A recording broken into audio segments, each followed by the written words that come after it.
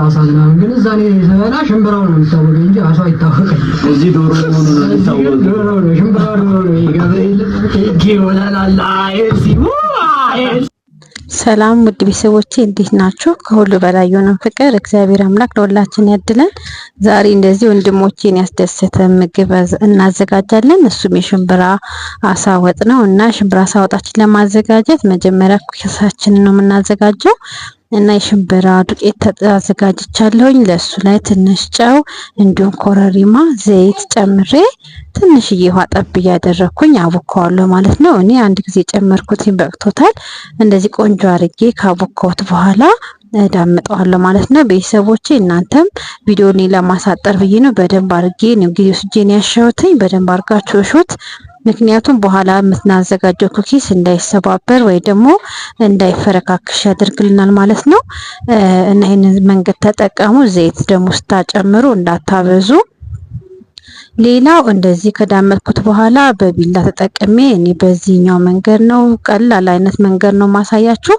እንደዚህ አርጋችሁ ኩኪሶቻችሁን ታዘጋጃላችሁ። ነገር ግን ይሄ እንደ ፍላጎት ነው። እናንተ ከፈለጋችሁ በኩኪስ መስሪያ እቃዎች አሉ አይደለ? በእነሱ ተጠቅማችሁ ኩኪሳችሁን መስራት ትችላላችሁ። ወይም ደግሞ በተለያየ አይነት ዲዛይን እያወጣችሁ መስራት ነው። ዋናው እዚህ ጋር ኩኪሳችን መዘጋጀቱ ነው ማለት ነው። ነገር ግን የኩኪሱን መጠን ባታወፍሩት መልካም ነው። አንደኛ ሲበስልም ቶሎ እንዲበስልልም ማለት ነው እና መጠኑ ደግሞ ቢያንስ ሲበላ አፍ ላይ እንዳይበዛ መካከለኛ አድርጎ ማዘጋጀት ነው ማለት ነው። ከዛ እኔ እንደዚህ የጋለ መጥበሻ ላይ ኩኪሶች ይደረድራለሁ። እሳቱን ሳላበዛ በመጠነኛ እሳት ነው የምጠብሰው። ምክንያቱም ቶሎ ውስጡ ሳይበስል እንዳያርብኝ ብዬ ነው ማለት ነው። እናንተ እንደዛ አድርጋችሁ ተጠቀሙ። በእንጀራ ምጣድም መጠቀም ይቻላል። እኔ ይሄኛው ስለተመቸኝ ነው እና ቀላልም ስለሆነ ነው። ከዛን እጄ ሳያርፍ ሁሉንም እንደዚህ አንድ ባንድ እየገለበጥኩኝ ነው ማበስለው። እትታችሁ ሜድ የለባችሁም፣ ያርባችኋል እና እንደዚህ ያደርጋችሁ አብስላችሁ አዘጋጁት ማለት ነው። ይሄ መጨረሻ ላይ እንደዚህ አዘጋጅቼ ቆንጆ ኩኪስ ሰርቻለሁ። ቀጣይ አሁን ወጤን ወይም ደግሞ ስልሴን ነው የምሰራው። ሽንኩርቴን እንደዚህ 1 ኪሎ ሽንኩርት ተጠቅሜ ያለሁኝ አበስላለሁ ማለት ነው። ሽንኩርታችንን በደንብ ካበሰልን በኋላ እኔ ለልጆች ስለምጠቀመው ነው እንጂ እንደዚሁ ማድረግ ይቻላል። ቲማቲም ተጠቅሜ ያለሁኝ ለልጆች ስለማደርገው ግን ትንሽ እንዳያቃጥላቸው ብዬ ነው እና አሁንም ቲማቲምና ሽንኩርቴን አብሬ ከጠበስኩት በኋላ ቀጥዬ ዘይት አደርግበታለሁኝ። ዘይታችንን እንደ ፍላጎታችን ነው የምናደርገው። ግን ያው ትንሽ ዘይት ይፈልጋል። ያው ሶሱ እንደ ዶሮ መሆን አለበት ጣዕማችንን ለማግኘት ማለት ነው። ከዛ እንደዚህ አርጌ አሁንም ዘይቴን ከቲማቲምና ከሽንኩርቱ ጋር በደንብ አርጌ እጠብሰዋለሁ። አሁን በርበሬን እጨምራለሁ ማለት ነው። በርበሬያችሁን እንደ ቤታችሁ አይነት በርበሬ ነው የምታደርጉ። ከዚህ በፊት እንዳልኳችሁ በርበሬያችሁ የሚያሰማ ከሆነ አታብዙበት። ከዛ በኋላ እኔ በርበሬን ጨምሬ አሁንም ደግሜ ውሃ ጠብ ጠብ እያደረኩኝ መጀመሪያ እንደዚህ ሽት ካረኩት በኋላ አጠብሰዋለሁ። ነጭ ሽንኩርት የተቀጠቀጠ እጨምርበታለሁኝ። ነጭ ሽንኩርቴንም አብሬ ትንሽ ከበርበሬው ከቁሌቱ ጋር በደንብ አድርጌ እጠብስና ውሃ ጨመር እያደረኩኝ አሳድገዋለሁ ማለት ነው።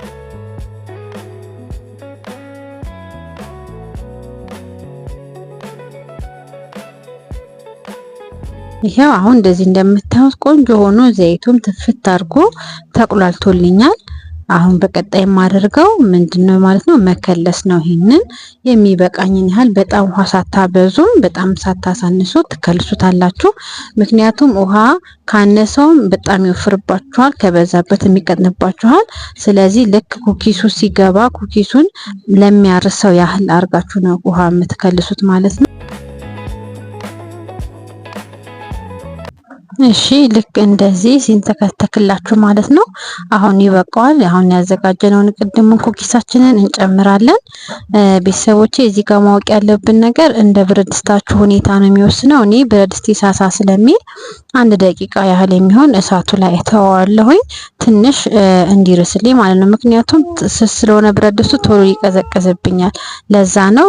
ግን ወፍራም ብረት የምትጠቀሙ አንድ ጨምራችሁ ብትተውት በራሱ የግለቱ ጨርሰዋል ማለት ነው ኩኪሳችንን። በቃ በዚህ ሁኔታ ሞክሩት። በጣም ቆንጆ የሚጣፍጥ የወጥ አማራጭ ነው እና ቤተሰቦቼ ያው የታወቀ ነው የሽምብራ አሳ በሀገራችን ድግስ ላይ የዶሮን ቦታ ተክቶ የሚሰራ ጣፋጭ ወጥ ነው እና አንዳንዴ ቤት ውስጥ ሲያምረን እንደዚህ እያዘጋጀን ብንመገበው መልካም ነው። ከዛ እንደዚህ ቀዝቅዞልኛል። አሁን ለምግብነት አቀርባለሁ ማለት ነው። በዚህ መንገድ ጨልፈዋለሁ። ያው እንደምታዩት ምንም የፈረሰ ነገር የለውም። እንዳስቀመጥኩት ነው ያገኘሁት ማለት ነው። እና ቤተሰቦቼ አብራችሁ ስላላችሁ በጣም አመሰግናለሁ። ላይክ፣ ሰብስክራይብ እያደረጋችሁ ቤተሰብ ሁኑ። ኮሜንት ለምጽፉልኝም ለሁላችሁም አመሰግናለሁኝ። እግዚአብሔር አምላክ ክብር ይስጥልኝ። በቀጣይ በአዳዲስ ቪዲዮዎችና በሌሎች ሀሳቦች እመጣለሁኝ። እስከዛው ሰላም ቆዩኝ። መልካም ጊዜ ይሆንላችሁ። ኦኬ ኤልሲ እንግዲህ ማስደመሟን አልተወችም። አሁን ደግሞ ሽምብራ አሳ ምናምን ብላል እንጂ ግን ዶሮ ወጥ ነገር ሰርታ አምጥታለች። እንግዲህ እንደተለመደው ይቀመሳለታል።